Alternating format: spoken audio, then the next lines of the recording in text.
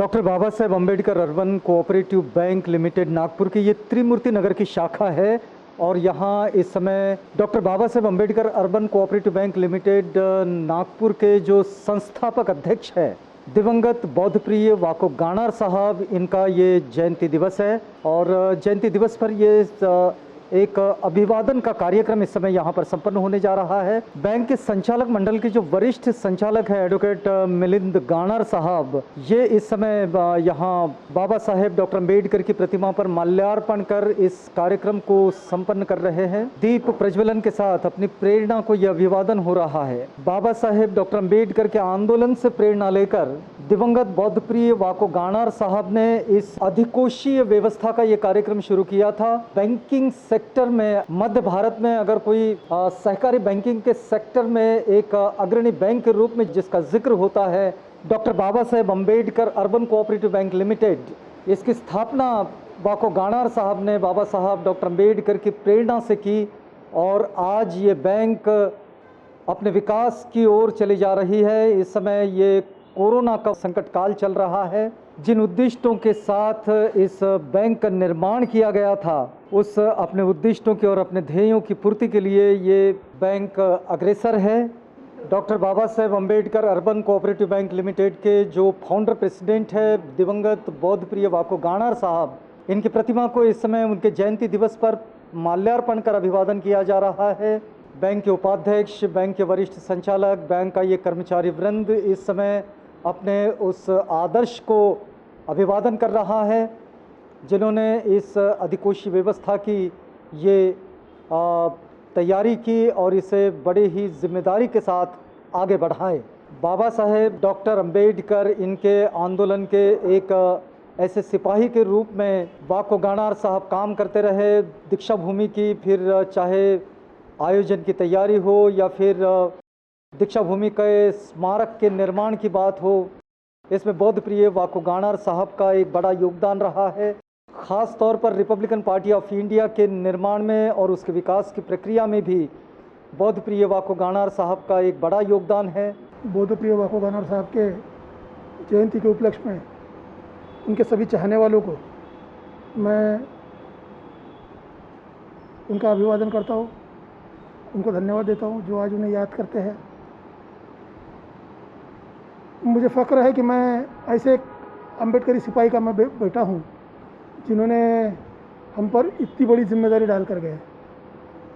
उनकी सोच बहुत अलग थी, बहुत ऊंची सोच रखते थे वो। हमको वो सोच सिर्फ कायम ही रखना है क्योंकि हम उतनी बड़ी सोच नहीं रख सकते। उनके पास बहुत ज़्यादा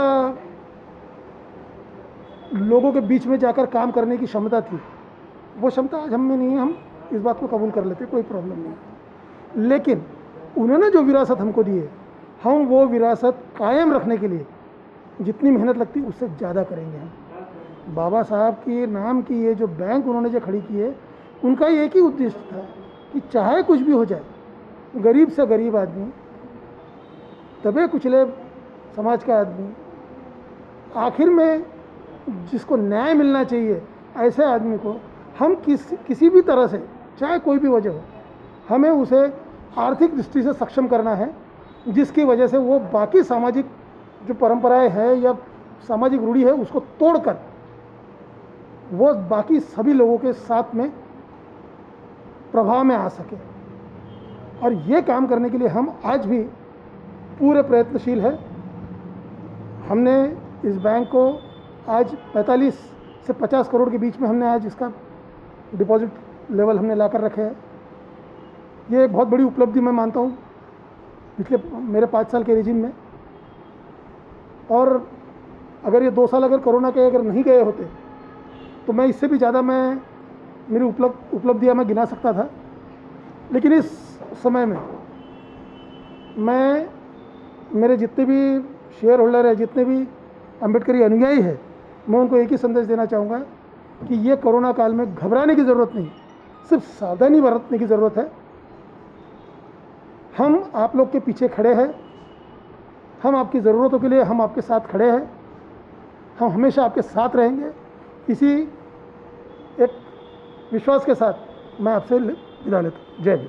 बैंक के संचालक ये 95 ईयर्स की जयंती वाको गाना साहब का है। अगर वाको गाना साहब आज इस दुनिया में नहीं रहते तो ये आज शायद हम लोग संचालक यहाँ पे नहीं रहते। उन्होंने ये बैंक को बड़े तकलीफ़ से फाउंडेशन इसका रचा है और इस बैंक को बढ़ाने में उनका बहुत बड़ा योगदान रहा है।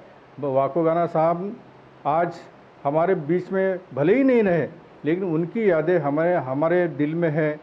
और इस बैंक में आज हमारा जो 39 नियर अबाउट करोड़ था, आज 55 के करोड़ के पास हमारी बैंक गई है। और हमारे इस जो संचालक मंडल है, इस संचालक मंडल ने सभी ने यहाँ पे मेहनत लिया है।